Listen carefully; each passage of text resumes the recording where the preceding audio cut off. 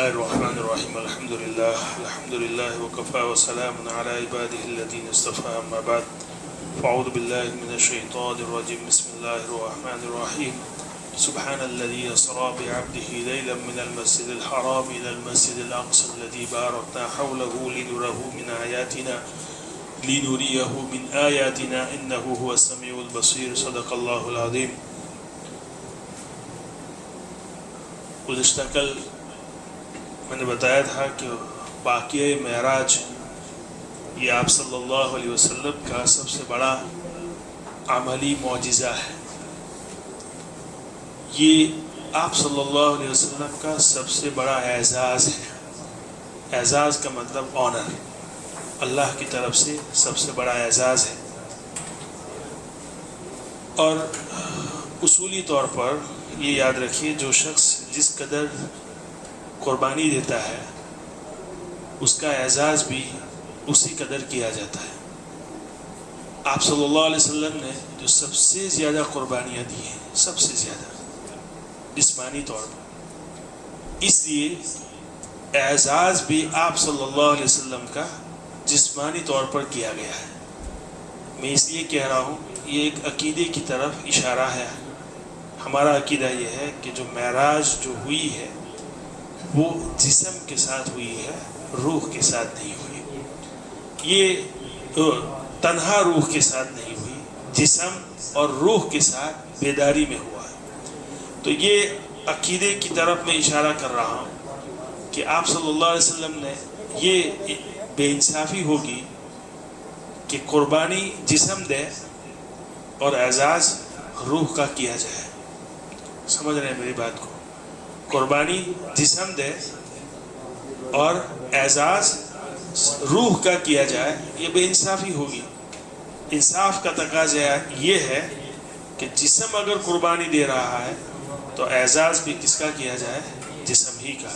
شیعہ ابی طالب میں محاصرے میں رکھا گیا، تکالیف کس نے برداشت کی؟ آپ صلی اللہ علیہ وسلم کی ذات نے، جسم نے. طائف میں کافروں نے پتھر مارے، خون بہا، کہاں سے بہا؟ جسم سے بہا. آپ صلی اللہ علیہ وسلم کعبۃ اللہ میں حرم میں سجدہ ریز تھے اور اونٹ کی اوجھڑی لا کر آپ کی پشت پر ڈال دی. یہ تکلیف برداشت کی کس نے کی؟ جسم نے کی. تو یہ سب سے زیادہ تکالیف آپ صلی اللہ علیہ وسلم نے جسمانی طور پر، روحانی طور پر تھی بہرحال، لیکن جسمانی طور پر سب سے زیادہ تکالیف آپ صلی اللہ علیہ وسلم نے برداشت کی. اللہ رب العزت نے ان کا اعزاز بھی اتنا بڑا کیا. آنر آپ صلی اللہ علیہ وسلم نے جو اعزاز کیا، آنر جو دیا، وہ واقعہ معراج کے ذریعے، یعنی جسم اور روح بیداری کے ساتھ. یہ ہمارا عقیدہ ہے. بہرحال واقعہ معراج میں بہت ساری چیزیں ہیں، بہت ساری تفصیلات ہیں، بہت سارے درس عبرت ہمارے لیے ہے. لیکن چونکہ یہ مقام ہمارا، یہ موضوع ہمارا ٹاپک وہ نہیں ہے، چونکہ ہم بات کر رہے ہیں عقیدے کے سلسلے میں، تو جو چیزیں عقیدے کے متعلق ہے ہم اسی پوائنٹ پر ہم بات کریں گے. گزشتہ کل میں نے بتایا تھا کہ آپ صلی اللہ علیہ وسلم کو جب ام ہانی کے گھر تھے، وہاں سے مسجد حرام لایا گیا. جبرائیل امین ان کو مسجد حرام یعنی کعبۃ اللہ میں لائے. اب کعبۃ اللہ میں دو حصے ہیں، ایک حتیم اور ایک وہ حصہ جو عمارت کی شکل میں ہمیں نظر آ رہا ہے. تو حکیم سے حتیم میں لایا گیا اور حتیم ہی سے یہ سفر کی ابتدا ہوئی. مسجد حرام سے براق ایک جانور ہے جو جنت سے لایا گیا تھا، گھوڑے سے چھوٹا اور گدھے سے، خچر سے تھوڑا بڑا. یہ تیز رفتار ایک سواری تھی. جبرائیل امین اس کو لے کر آئے تھے. جبرائیل امین نے اس کی نکیل جو ہے جو اس کو پکڑا تھا، اور میکائیل نے اس کی لگام کو پکڑا تھا، اور اسی طرح جو ہے اس کو لے جایا گیا. یعنی آپ صلی اللہ علیہ وسلم کا سفر شروع ہوا مسجد حرام سے. سب سے پہلے جو گئے ہیں بیت المقدس، وہاں پہ انبیاء کرام موجود تھے. انبیاء کرام کی آپ صلی اللہ علیہ وسلم نے امامت کی، اسی لیے ان کو امام الانبیاء کہا جاتا ہے.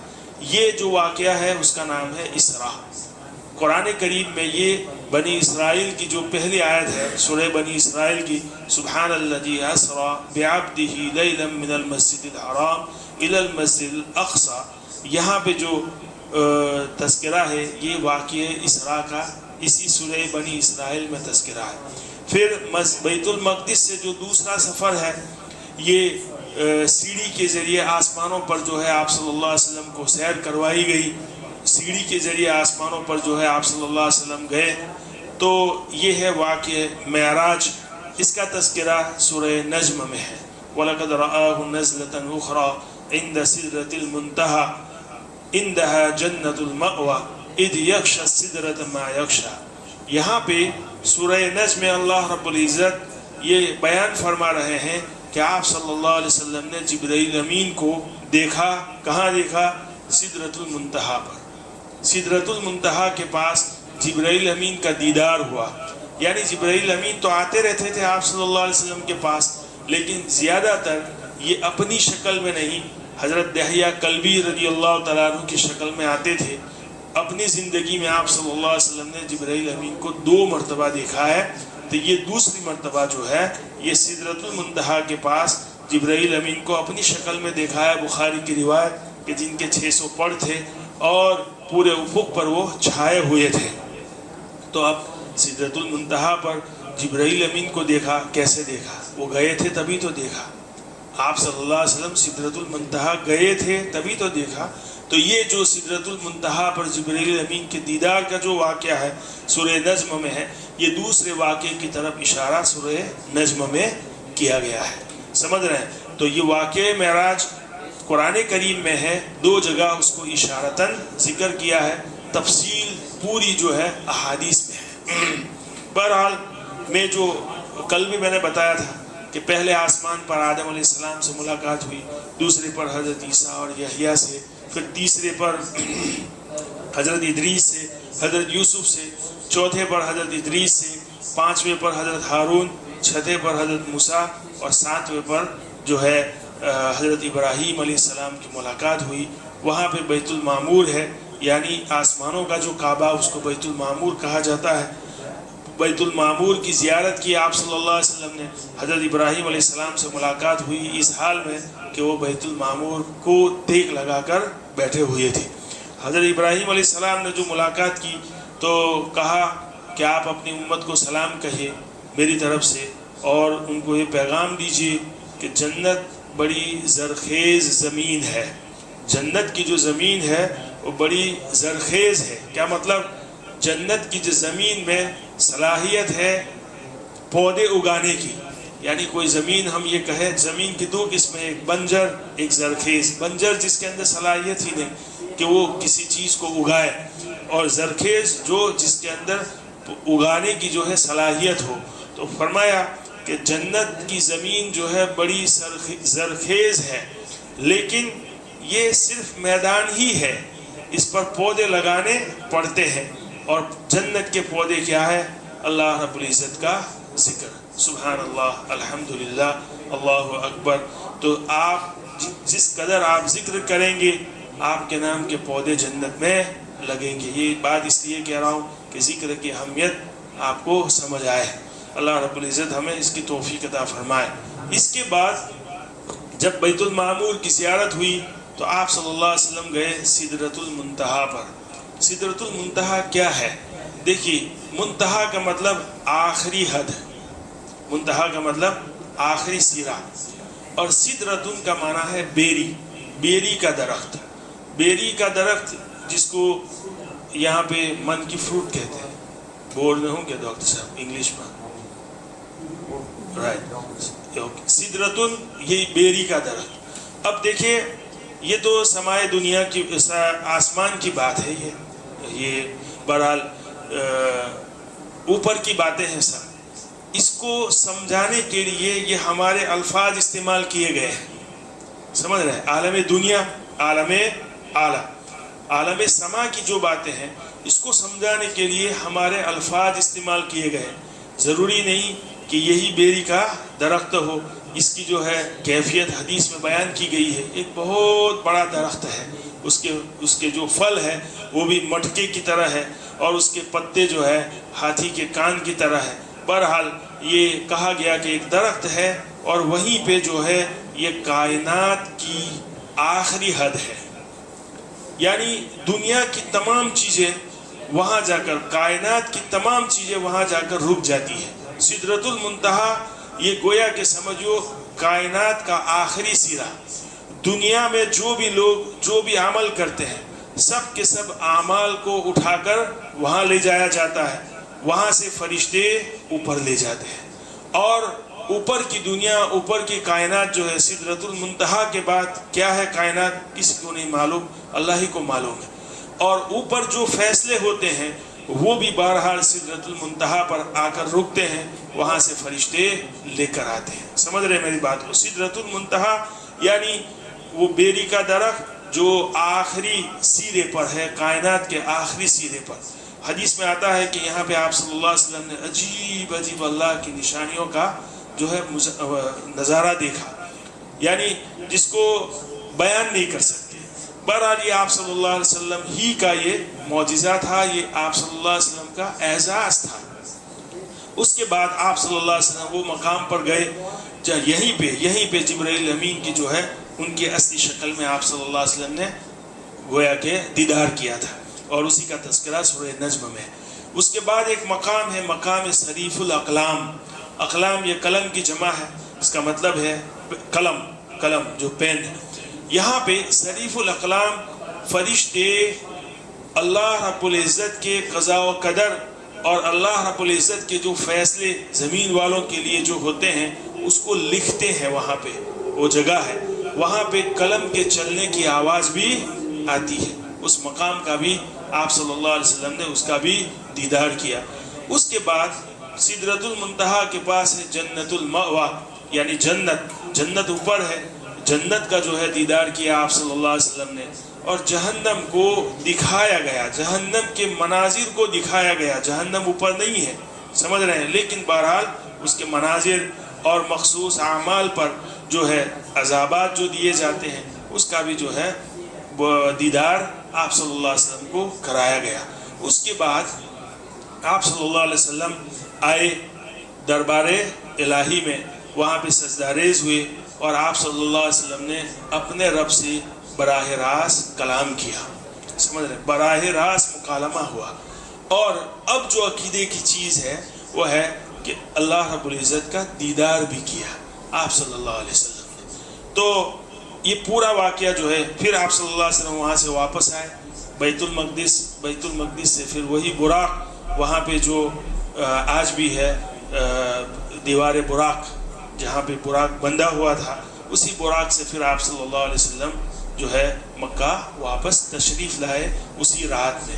ایک ہی رات کا یہ قصہ ہے بہرحال مختصر وقت میں، اور یہی آپ صلی اللہ علیہ وسلم کا معجزہ ہے. اور یہ بہرحال بیداری کے ساتھ، جسم اور روح کے ساتھ ہوا ہے. یہاں پہ یہ پورے واقعے میں جو ہمارے عقیدے سے متعلق جو چیزیں ہیں وہ دو ہے. میں نے بتایا شروع سے میں نے آپ کو اس بات کی طرف اشارہ کیا کہ بعض معتزلہ اور بعض متکلمین جو ہے اس بات کا انکار کرتے ہیں کہ معراج کا جو واقعہ یہ جسم کے ساتھ ہوا ہے اس کا انکار کرتے ہیں. وہ کہتے ہیں کہ آپ صلی اللہ علیہ وسلم کی روح کو یہ سیر کرائی گئی تھی اور یہ واقعہ روح کے ساتھ پیش آیا ہے، جسم کے ساتھ نہیں. جبکہ اہل سنہ والجماعت یعنی ہم اشاعرہ اور ماتریدیہ، ہمارا یہ عقیدہ یہ ہے کہ جسم اور روح کے ساتھ اور بیداری کے ساتھ یہ واقعہ پیش آیا. اس کی دلیل قرآن کریم کی آیت سبحان الذی اسری بعبدہ. دیکھیے، پاک ہے وہ ذات جو لے کر چلی کس کو؟ عبدن سے کون مراد ہے؟ بندہ، یعنی کون؟ آپ صلی اللہ علیہ وسلم کی ذات. دیکھیے، آپ صلی اللہ علیہ وسلم کے بہت سارے نام ہیں، لیکن یہاں پہ بہت ساری صفات ہیں، لیکن یہاں آپ صلی اللہ علیہ وسلم کا کون سا نام، کون سی صفت استعمال کی اللہ نے؟ عبدن کی. عبدن کیوں؟ اس لیے کہ آپ صلی اللہ علیہ وسلم کو صفت عبدیت بہت پسند تھی. اور آپ صلی اللہ علیہ وسلم کی پوری زندگی، پوری سیرت آپ دیکھ لیجئے، آپ صلی اللہ علیہ وسلم ہمیشہ جو ہے عبدیت اور ان کے اندر انکساری اور تواضع انتہائی درجے میں تھی. بہرحال اس لیے اللہ رب العزت نے یہ لفظ استعمال کیا.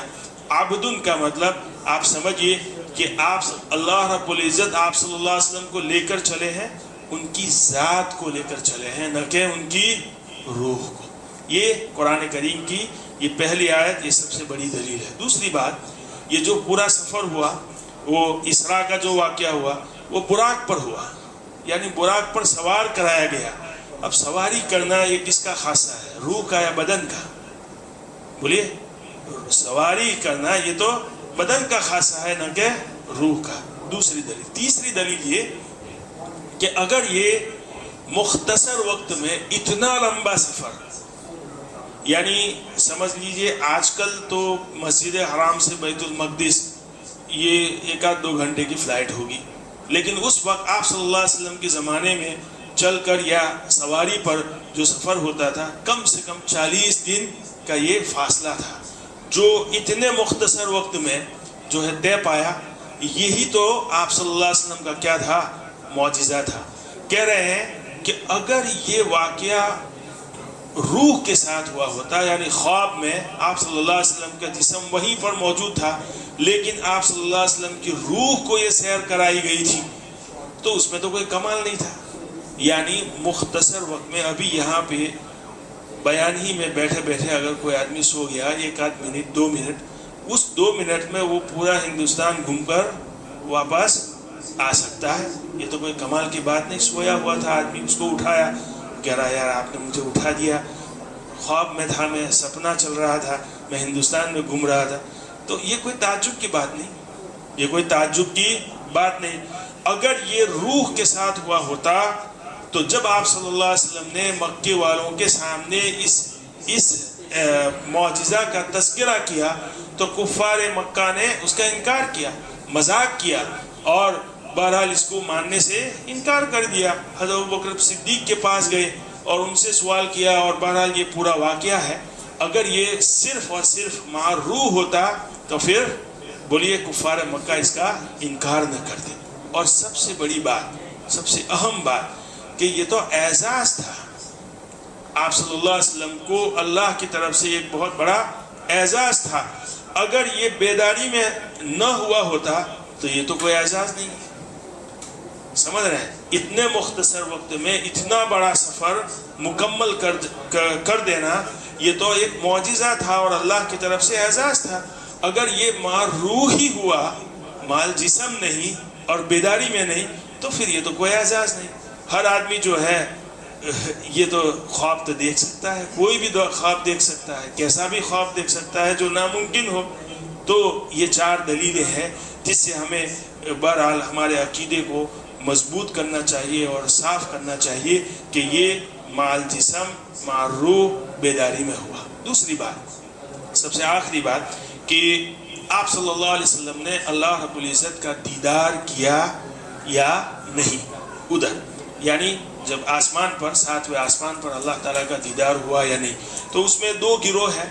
تو صحابہ کرام کے دور ہی سے اختلاف چلا رہا ہے. کچھ لوگ کہہ رہے ہیں کہ نہیں، آپ صلی اللہ علیہ وسلم کا دیدار نہیں ہوا اللہ رب العزت سے، اور منس دل سے جو ہے دیدار ہوا ہے، ان آنکھوں سے دیدار نہیں ہوا. اور بہت سارے صحابہ جو ہے ایک طرف ہے، جمہور ہم شاعرہ اور ماتریدیہ بھی اس بات کے قائل ہے کہ آپ صلی اللہ علیہ وسلم کا جو ہے اللہ رب العزت کو دیکھا ہے آپ صلی اللہ علیہ وسلم نے وہاں پہ 7ویں آسمان پر. اب دیکھنے کی کیا کیفیت ہے وہ میں آپ کو بتا رہا ہوں. بہرحال جو کہہ رہے ہیں، یعنی جمہور متکلمین اور اشاعرہ اور ماتریدیہ اور بہت سارے صحابہ جو اس بات کے قائل ہے، جیسا کہ حضرت عبداللہ ابن عباس ہے، اسی طرح انس بن مالک ہے، حضرت حسن رضی اللہ تعالیٰ عنہ ہے، حضرت ابو ہریرہ رضی اللہ تعالیٰ عنہ ہے، امام احمد ابن حنبل ہے، علامہ قرطبی ہے. یہ سب حضرات یہ کہہ رہے ہیں کہ آپ صلی اللہ علیہ وسلم نے اللہ رب العزت کو ان آنکھوں سے دیکھا ہے، جسم کی ان آنکھوں سے دیکھا ہے. تو ان کی بات دلیلیں بھی ہیں، مرفوع روایتیں ہیں. تو ابھی وقت نہیں ہے ان سب روایتوں کو پڑھنے کا، لیکن یہ ایک طرف ہمارا جو عقیدہ ہے وہ. دوسری طرف جو لوگ کہہ رہے ہیں کہ نہیں، آپ صلی اللہ علیہ وسلم نے اللہ رب العزت کو ان آنکھوں سے نہیں دیکھا، وہ قرآن کریم کی سورہ انعام کی آیت نمبر 103 جو ہے اپنے دلیل کے طور پر پیش کرتے ہیں، اور حضرت عائشہ رضی اللہ تعالیٰ عنہ کی روایت ہے۔ آیت کریمہ یہ ہے لا تدرکہ الابصار وہو یدرک الابصار وہو اللطیف الخبیر، کہ یہ آنکھیں جو ہے اللہ کا ادراک نہیں کر سکتی۔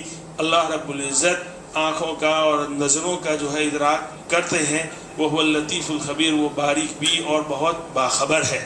یہ آیت کریمہ صاف کہہ رہی ہے کہ ان آنکھوں سے اللہ رب العزت کا ادراک نہیں ہو سکتا۔ یہ آیت کریمہ دلیل میں دے رہا ہوں۔ حضرت عائشہ صدیقہ رضی اللہ تعالیٰ عنہ فرماتی ہے صاف کہ کوئی شخص اگر یہ کہہ رہا ہے من زعم ان محمد صلی اللہ علیہ وسلم رآ ربہ، کہ اگر کوئی شخص دعویٰ کرتا ہے کہ آپ صلی اللہ علیہ وسلم نے اپنے رب کو دیکھا ہے تو یہ بہت بڑا بہتان ہے اور جھوٹ ہے۔ دیکھیے حضرت عائشہ کی روایت، تو ایک طرف قرآن کی آیت ہے، حضرت عائشہ کی روایت ہے جو کہہ رہی ہے کہ آپ صلی اللہ علیہ وسلم نے اللہ کو دیدار ان آنکھوں سے نہیں کیا، اور جو ہے دوسری طرف مرفوع روایتیں ہیں جو کہہ رہے ہیں کہ آپ صلی اللہ علیہ وسلم ان آنکھوں سے اللہ کا دیدار کیا تھا۔ لیکن ہمارا عقیدہ یہ ہے کہ کیا تھا۔ کیسے کیا تھا؟ امام فخر الدین رازی نے اس کا جواب دیا ہے کہ دیکھو، اب میں الفاظ جو استعمال کروں گا اصطلاحی الفاظ، یہ مجبوری ہے لیکن میں آپ کو سمجھاؤں گا، یہ علم کلام کی بات ہے، مجبوری ہے، استعمال کرنا پڑتا ہے، لیکن آپ مثال سے سمجھ جائیں گے۔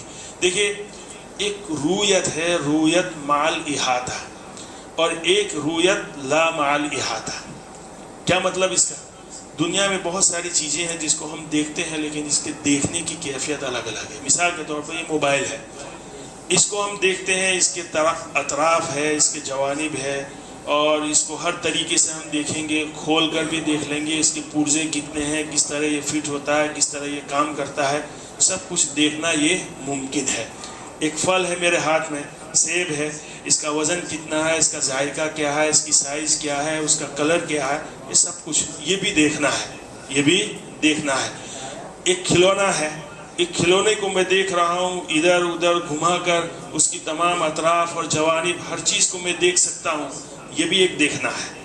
اس کو کہیں گے ہم رویت مع الاحاطہ، یعنی چیز کو دیکھا، ہر غور سے دیکھا، اس کی حقیقت بھی معلوم کر لی، اس کی سائز اور سب کچھ دیکھ لیا، سب کچھ میں نے دیکھ لیا۔ مثال کے طور پر یہ گھر ہے، یہ مسجد ہے، مسجد کے اندر میں ہوں، دیوال، کھڑکیاں کتنی ہے، دیوال کی ہائٹ کیا ہے، روف کی ہائٹ کیا ہے، سب کچھ میں دیکھ رہا ہوں۔ یہ ہے ایسا دیکھنا جس کو ہم 100% کیچ کر لیں اور اس کی حقیقت کو بھی معلوم کر لیں۔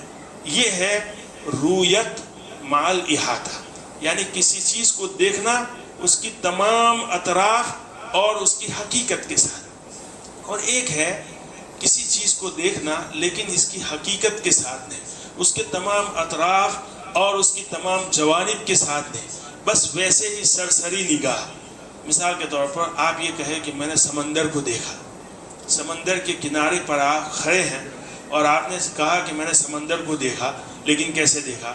نہ سمندر کی ادھر کی سائڈ ہے، آپ کی نگاہ وہاں تک نہیں گئی، نہ ادھر کی سائڈ ہے، وہاں بھی آپ کی نگاہ نہیں گئی، اور اس کے آخری حد کیا ہے وہ تو آپ کو دکھائی نہیں دیتی، لیکن پھر بھی آپ کہہ رہے ہیں میں نے سمندر کو دیکھا۔